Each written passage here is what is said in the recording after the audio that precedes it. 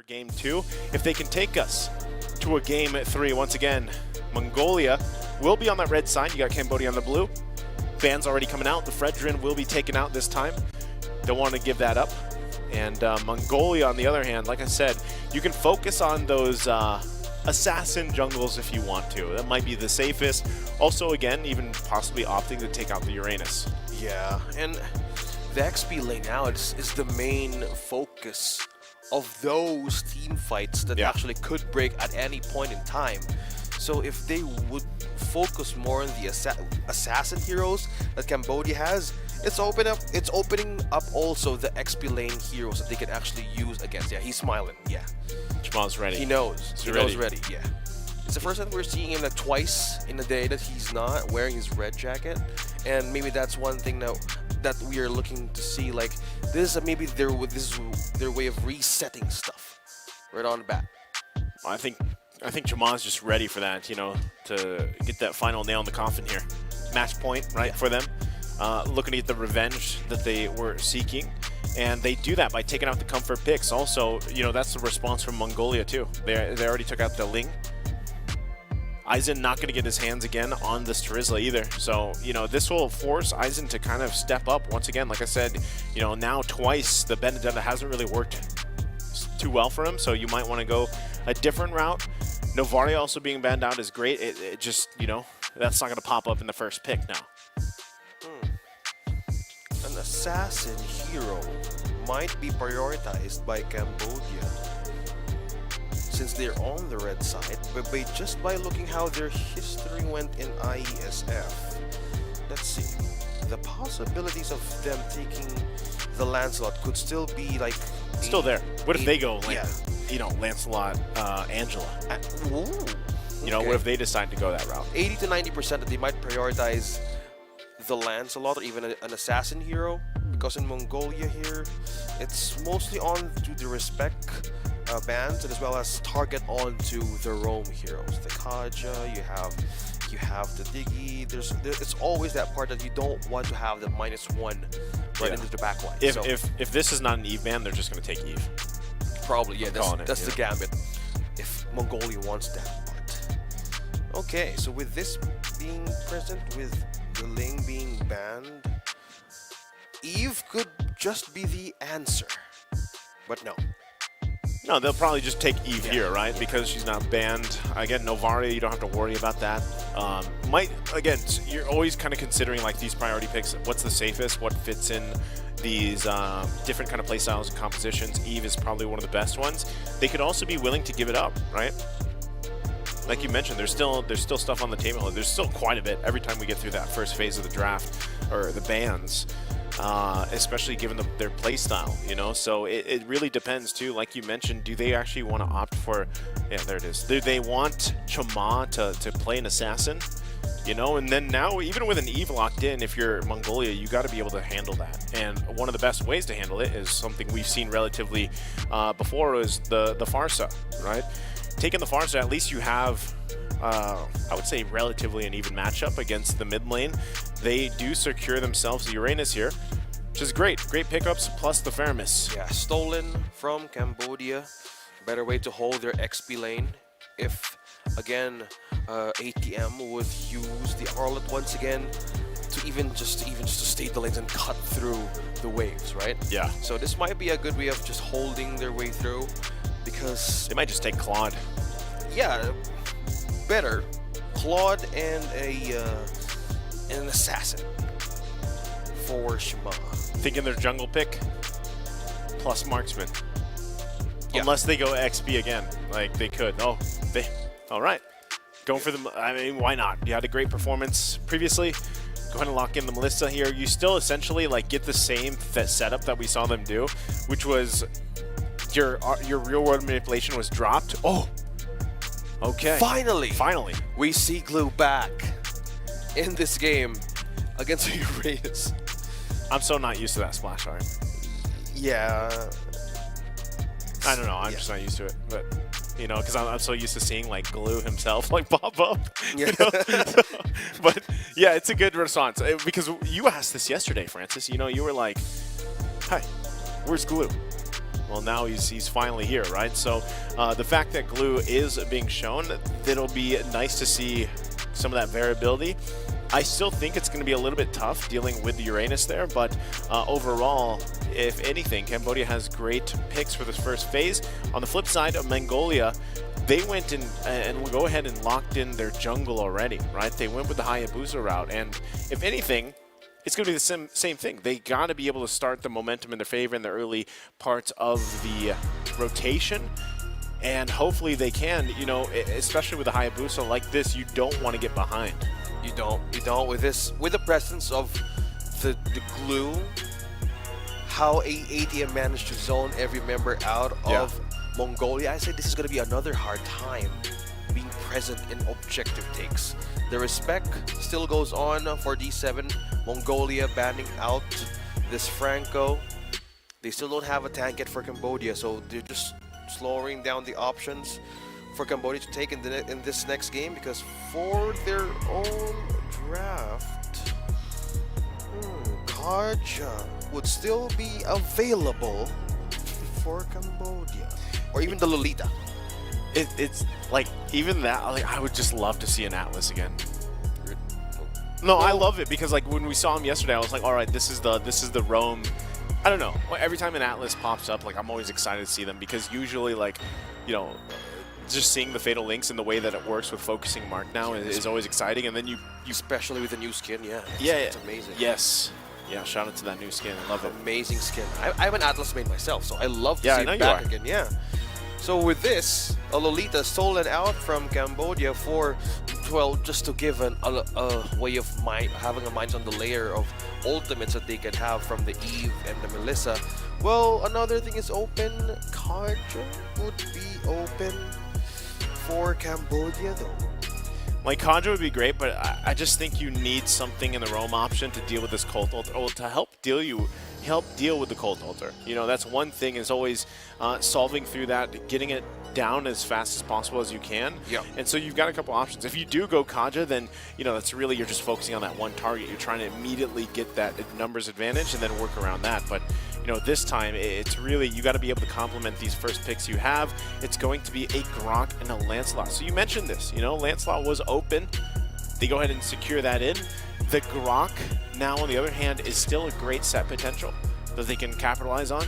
Now the response, though, from Mongolia has to be something solid for that gold lane, right? There's already a lot of bans here, so it might be a Brody. They might have to default to Brody because the Beatrix Claude is out, unless they decide to go with something else, right? And this could possibly even be a Mage gold lane. Like, if you really wanted to put more eggs in the basket of magic damage, right? But you might be risking the lack. Yeah, you might. Harith, maybe. I don't know if you want to go that risky route, though, because then you would lack a lot of, you know, physical damage. Okay. Whoa, yes, for the first time. I feel like Juan wants to be able to do, right? So we're jumping into it.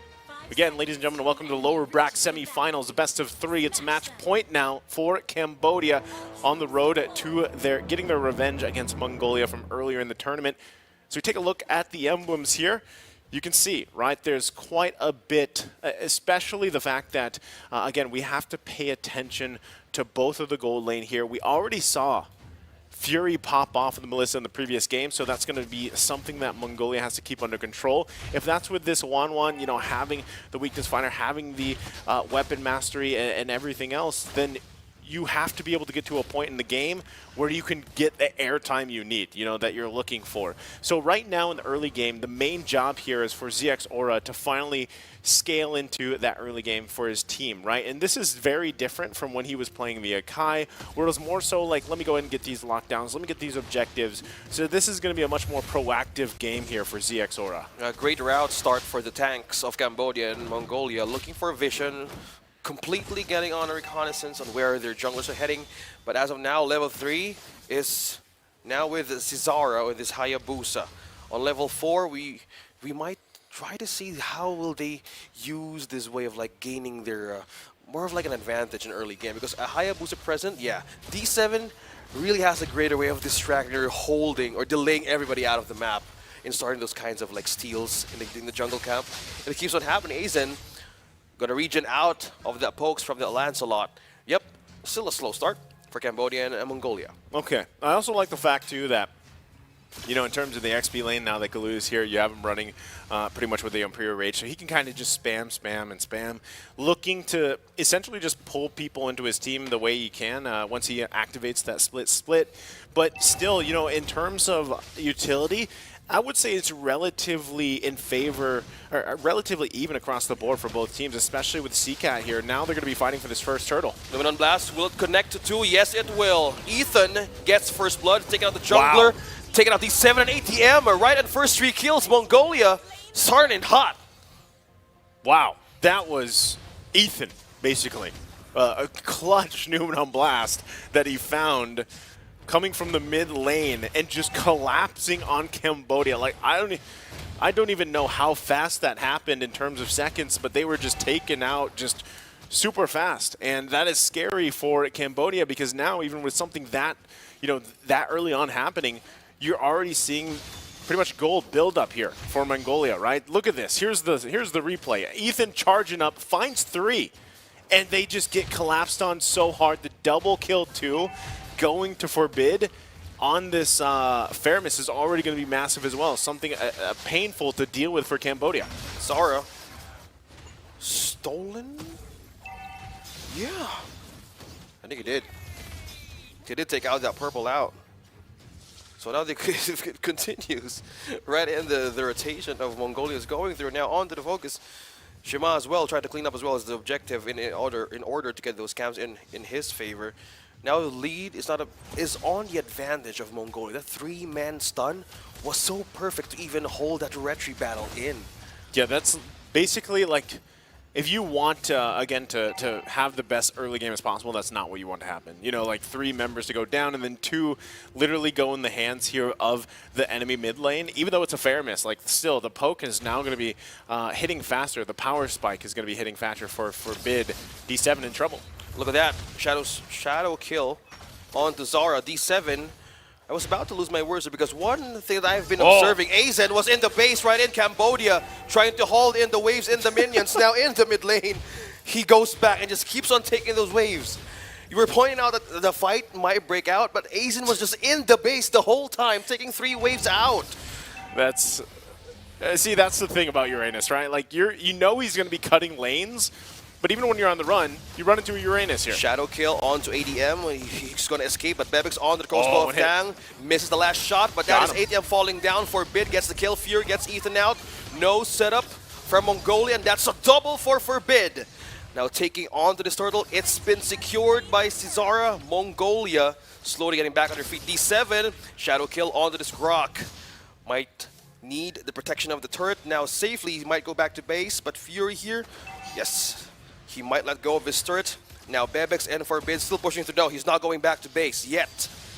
Yeah, he's still fighting through that outer turret energy shield. Like I said, this is going to be tough, right? This early on, this kind of lead already for a team like Mongolia, this is what the Philippines felt, you know, in Game 2 of the previous series. And, you know, we heard how difficult it was to deal with that, right? So when tongue-tied as well. MGL. When Mongolia also gets that lead, they don't let up, man, you know? So that's something to deal with. Still fighting for the buffs as well. Azen trapped into 3. Look at that. Numen on Blast will connect onto 2. That is a massive setup from Mongolia. Now who's going to be the next target here? It's going to be Zizara. Trying to look for an opening, or ATM as well. Won't have a way to pull one off, but D7 is coming in from a conceal. Will be next target. Shadow kill will not finish ADM, but still signified 2-man knockout from the wall charge. Now Zora escapes, but Azen secures the kill. ADM is down. Now CCAT and D7 as well, trying to have a defense for this turret. But now Mongolia punishing through that setup over, back and forth. And it's bobbing and weaving, as you say, has to get in that team fight. Yeah, right now, look at them. They're making a hard line towards Fury, but they're not. I don't know if they're going to be able to catch him. Super Chama does go down, though, mid lane. There was some push, right? You notice this, OSX, that they've kind of just given the signal to Fury, like, just push, farm up the best you can. We're going to try to hold on, because right now things are just kind of getting out of control. Oh, CCAT. CCAT will go down. Didn't I not say this earlier? I was like, this is going to be a different game for ZXora, because we're so used to seeing him on the Kai, and kind of just like either being defensive or, you know, defensive heavy spinning, or once in a while, offensively heavy spinning. Offensive, like pinning someone down, Yeah. going to retreat battle, but what more fits with his own kind of playstyle is this kind of heroes, the Hayabusa, Yeah. maybe Ling, or maybe even Fanny. But now he's just on a roll with this. Taken the turtle for Mongolia. Now Aizen here, and even Ethan just looking on who to get here in the camp. Orange buff has been taken. Aizen still sustaining the fight. Knock up from D7's wild charge. Now for Forbid. Now ATM pulls back one in, but the Numenor Blast won't connect. D7 is trying to go back and retreat for Regen, but Aizen still staying the fight. Wow, the Regen is massive, but ATM falls down in the hands of Bebex. It's crossbow attack connecting to one, connecting to two, and that's a double for Bebex. Mongolia on a roll, 12 points in. Man, that was tough. ATM, like I said, even trying to flicker over the wall, not going to happen. Deep under the base, though. Wow. Ooh. That's the scary part, so you know? Like close. that's not fun to deal with when you're this outscaled. Again, it's now 8,000. About an 9,000 gold lead that you're working through. And you can just see it, right? You can see it across the board. Every single member of Mongolia is just online, ready to go. They don't care if it's 1 versus 3 sometimes. They'll just still go, you know, because they know they're going to have the backup here. And even just looking at the items, you can see how much of a disparity it is. Even in the mid lane, right? You're down like 2,000 gold if you're CCAT against Forbid, and it's showing. Even in the jungle, you're super far behind in terms of gold and levels, you know? So really, what can you do but hold on for Cambodia? You got to just enjoy the ride. Yeah, Zizora now going down deep, targeting Fury. Oh, missed out that last Shuriken throw. Now still, the damage of Zizora now needs to be respected by Cambodia, though they're pushing this team to be in a defense of their own base while they clear out minions. There are no turrets being taken out on the side of Mongolia as of yet. No, we just have one death for them, though. Just Ethan, the Lolita on your side. Well, like I said, man, I don't know. You know, maybe earlier in the tournament with the Philippines game, we did see a game like this where it was just 10,000 gold lead at 9 minutes. Like, that is massive. You know, and this is all just on the shoulders of not just one member, just every single member from Mongolia. And it all started with Ethan, by the way. Like, Ethan's setup early on to that first turtle just allowed all this to happen, right? Even if you look at the damage leaderboard, CCAT is there, but, you know, that almost doesn't count in these instances because even if CCAT sets up with the RWM, there's not enough to deal with basically the defensive front line already from Mongolia, right? Everybody is so far low in the damage department from Cambodia that a fight is almost just, it's suicide. You know, you can't really do something about it. Like, you are going to fight and then you're just going to end up dying. Well, that mindset of having that high-risk, hard-reward play is just something that goes around the heads of our pro players here. Because if you don't get to make that play, in order for you to have a good re-entry in this type of like mid-game spike, that's where you lose it. Yeah. Maybe that gives them a chance to even just to keep on going and wait for the right moment to strike. But if they keep on just going passively up against Mongolia, they just keep on turning one by one from the base. Look at that, immobilized 2 members out from Mongolia. Will it connect to something different here? But Aizen is in the base, still looking for an avenue for a setup. Wow. Okay. They do hold on to the mid turret just for a little bit, but I could see Mongolia still pressing the situation. Next wave going to come through. Aizen just planning himself there. Let's see if they can defend against this one.